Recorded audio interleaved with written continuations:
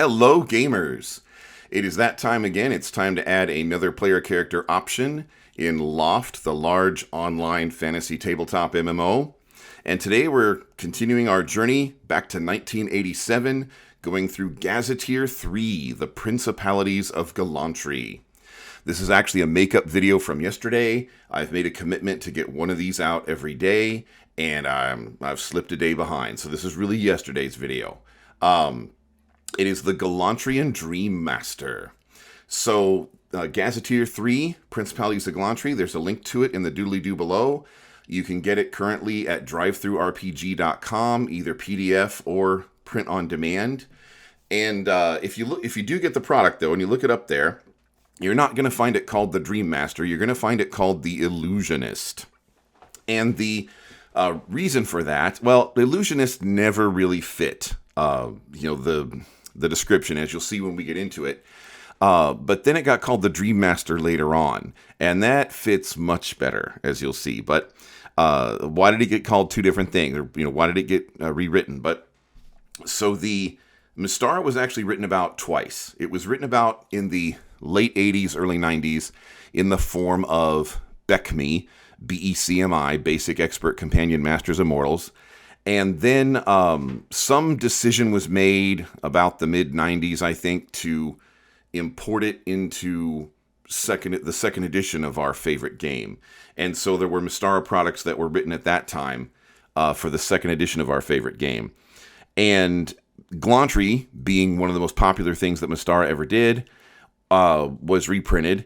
And in that new product that was intended for the second edition of our favorite game, they called them Dream Masters, what they used to call Illusionists. It fits a whole lot better.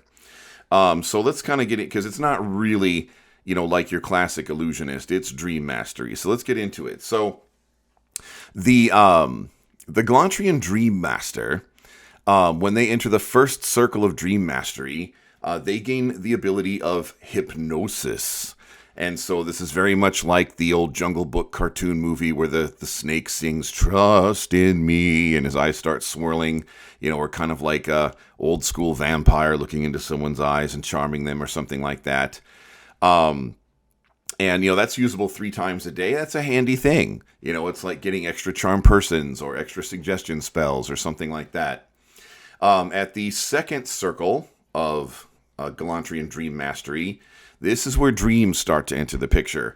And so a Glantrian Dream Master ends up becoming almost someone like Freddy Krueger or something like that, or, Dreamscape or Inception, that kind of thing.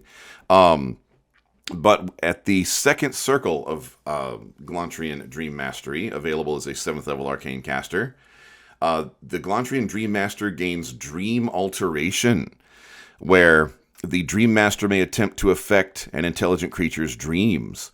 A creature sleeping, they have to be asleep at the time, but up to a mile away per level of experience. False messages or horrible nightmares sent during sleep could alter the NPC's reasoning, if they fail an intelligence check when they wake up. So this is very much kind of like Inception. So this can also mess up resting, preventing the recovery of spells the next day, could slow down healing. The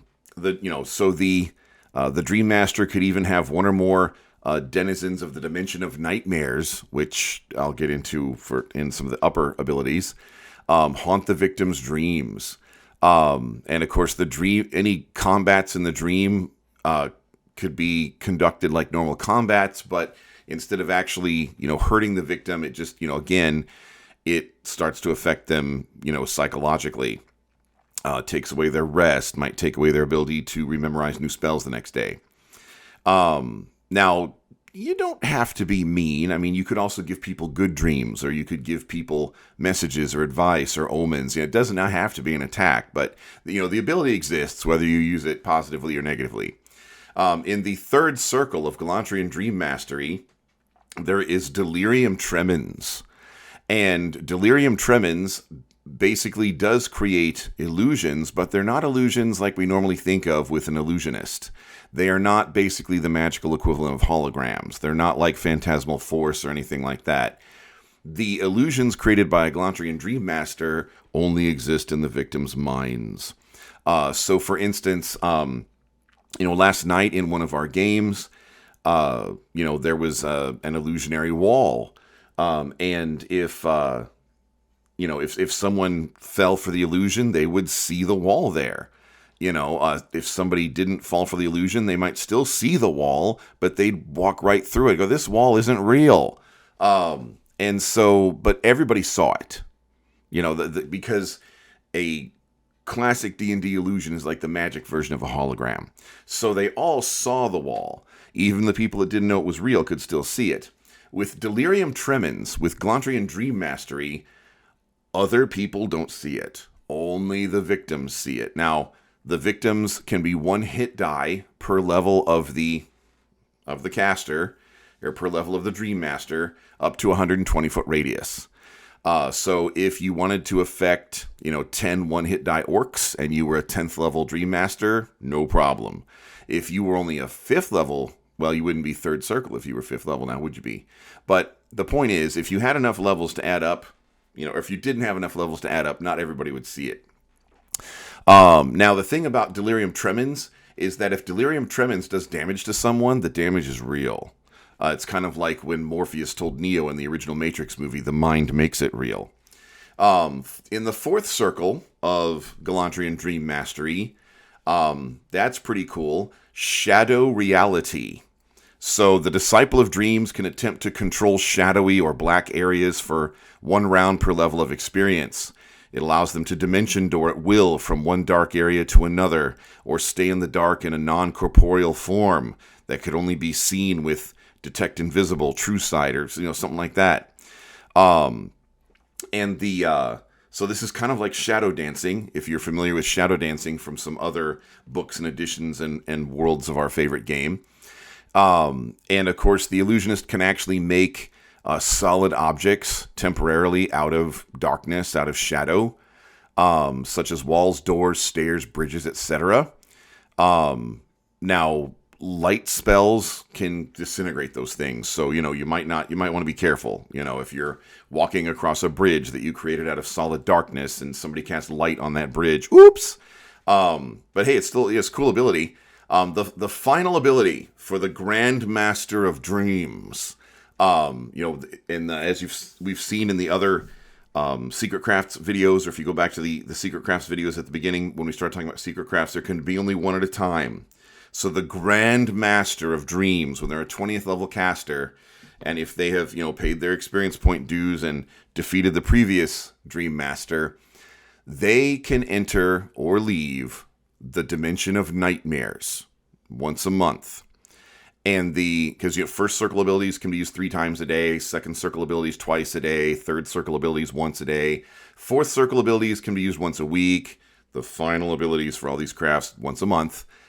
Upon entering the Dimension of Nightmares, the High Dream Master can actually create a stronghold of solid shadow matter, and they can build a base there.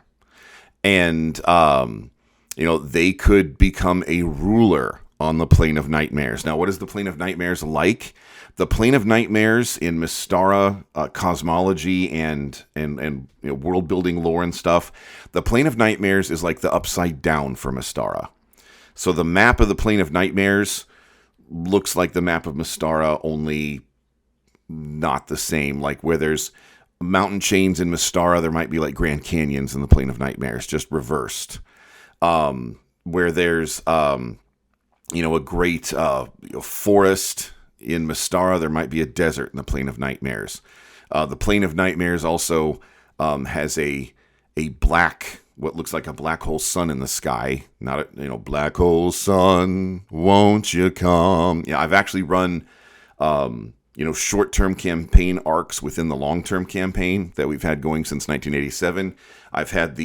I've actually had story arcs or short-term campaign arcs in the Dimension of Nightmares. It is a freaky, freaky place. but the High Master of Dreams can build a stronghold there and start to rule creatures there and stuff. So that is that's some pretty cool stuff. So I remember there was a when I was in college, we did have a Dream Master in the group, and he role played narcolepsy. Because he just kept slipping off into the world of dreams and wake him up. We're in combat. Wake him up. But it was, it was a nice touch, as the idea was that he was drifting further and further away from the waking world and into the world of dreams. So that's just some fun, neat stuff. And tomorrow we will get into the Glantrian Necromancer, which is different from the regular Necromancer that we talked about earlier in this series. So in the meantime, I will see you around the gaming table.